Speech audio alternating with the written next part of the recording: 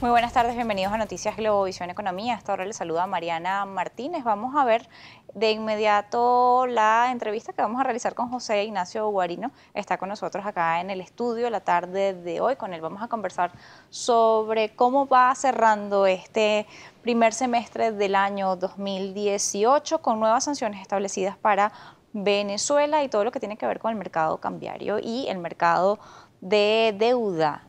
Buenas tardes, bienvenido. Hola Mariana, buenas tardes, ¿cómo estás?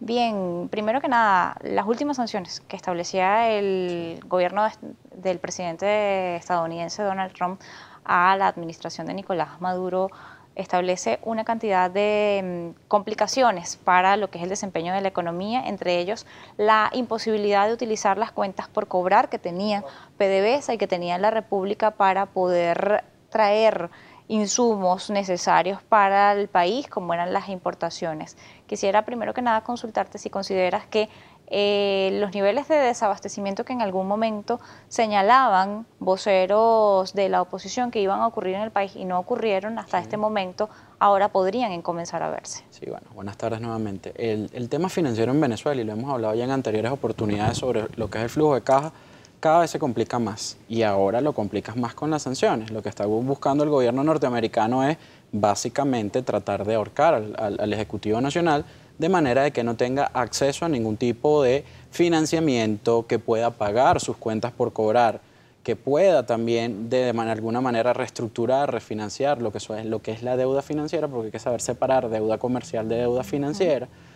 Y bueno, esto obviamente que va a complicar aún más lo que estamos viviendo. O sea, y además que no hay que dejar por fuera, y yo creo que este es un momento estelar para que los técnicos o los que nos denominan como tal, que lo que somos es aprendices o apasionados de esto de los temas financieros, comencemos a hablarles en términos llanos a todo el mundo para que la gente sienta que lo que está pasando en Venezuela nos afecta a todos por igual.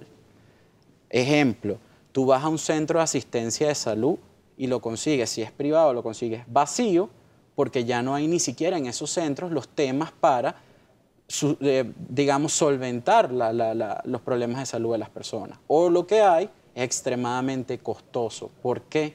Porque hay una situación de hiperinflación. Hay una cantidad importantísima de bolívares en la calle. El efectivo nadie lo ve, pero porque el efectivo se convirtió en otro negocio.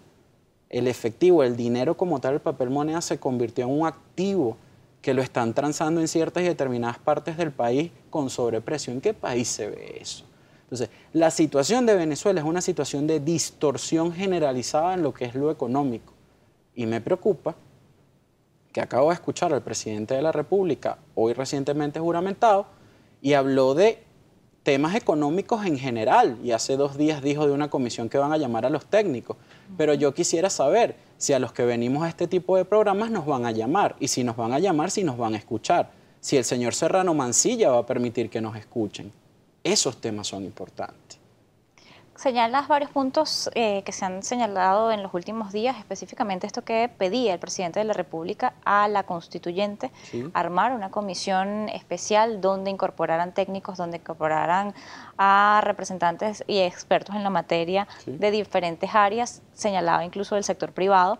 Veíamos también declaraciones el día de hoy de Fedecámaras que decían que un diálogo con el gobierno nacional o participar en una mesa para revisar todo lo que tiene que ver con la situación económica del país pasaba por revisar varios temas en materia económica. Entre ellos hablaban de liberar el tipo de cambio necesariamente, también hablaban de la necesaria eliminación de los controles de precios y también destacaban como tercer punto lo que tiene que ver con eliminar todas las cargas parafiscales o tratar de reducir las cargas parafiscales que tiene la empresa como incentivo. Esto es a nivel empresarial, pero para llegar a todo esto hace falta un plan macro. Lo hemos hablado en otras oportunidades, un plan de diseño, de desarrollo económico del país, una visión que vaya apartado de lo que es el tema político, que vaya enfocado hacia hacer crecer a Venezuela, volver a hacerla productiva. Esto implica cambios en la administración pública, cambios en las principales empresas que son las que van a aportar finalmente los recursos para que esta economía funcione y PDVSA es una de ellas. Sí. Mira, yo creo, lo has conversado con mi gran amigo y maestro José González desde Nueva York. Para empezar, si la primera industria del país, que es PDVSA, tú la tienes en rojo, es decir, que operativamente a lo que ellos se dedican, que es producir petróleo, producirlo, refinarlo y negociarlo, están perdiendo plata y ganan dinero, es en términos de diferencial cambiario, ya ahí tienes que hacerte un llamado de atención y tienes que autorrevisarte. Las personas que ven estos programas ya estarán cansadas de que los que nos llaman expertos, digamos, hay que hacer esto, lo otro, o aquella terminología que nadie entiende.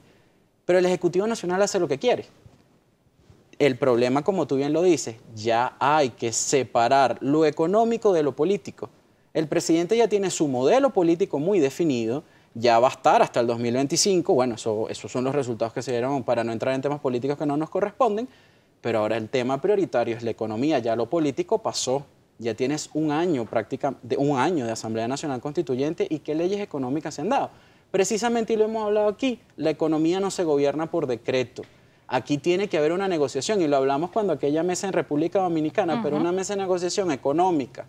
Tú no puedes seguir expropiando. Por ejemplo, aquí se puede reactivar la bolsa de productos agrícolas, pero ¿cuál es el mensaje que le estás dando una semana antes de las elecciones a la comunidad empresarial? Estás tomando fincas.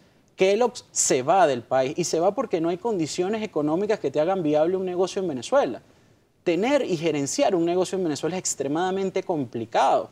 Tienes muchísimos controles y los controles generan distorsiones. Y que se diga esto no es que tú seas una apátrida o que seas un político o que estés loco, sino que simple y sencillamente la economía también tiene unos libritos y por eso estudiamos bastante.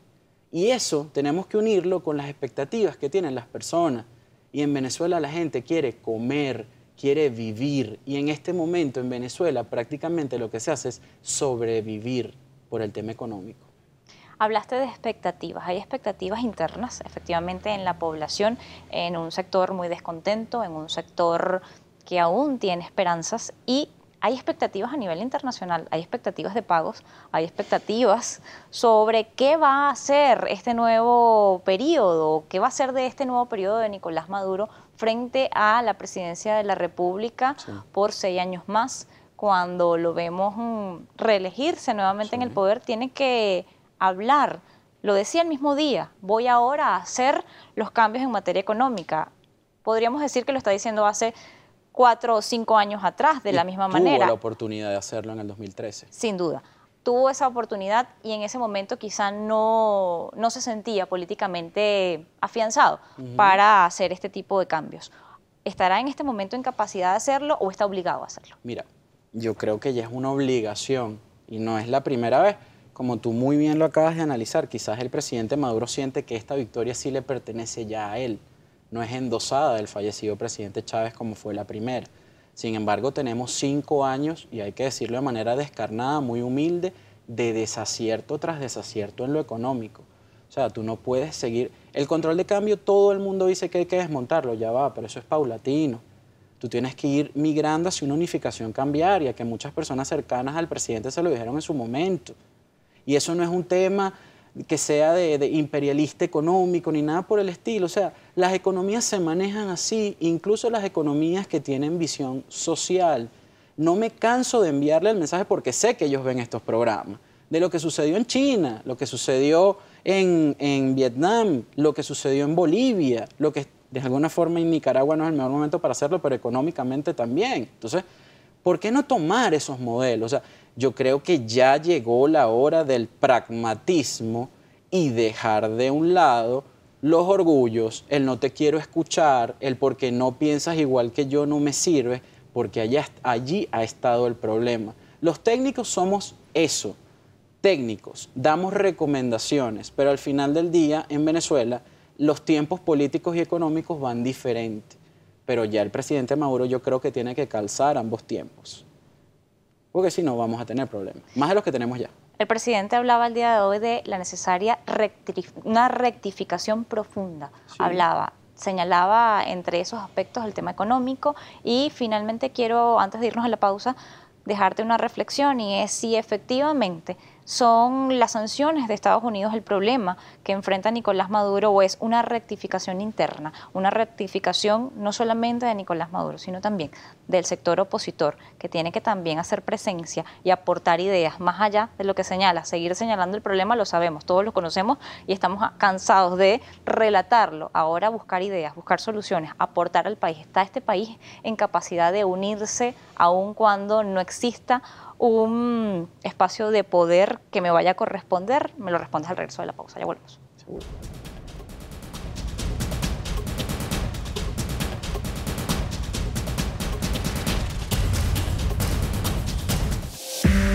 Usted está viendo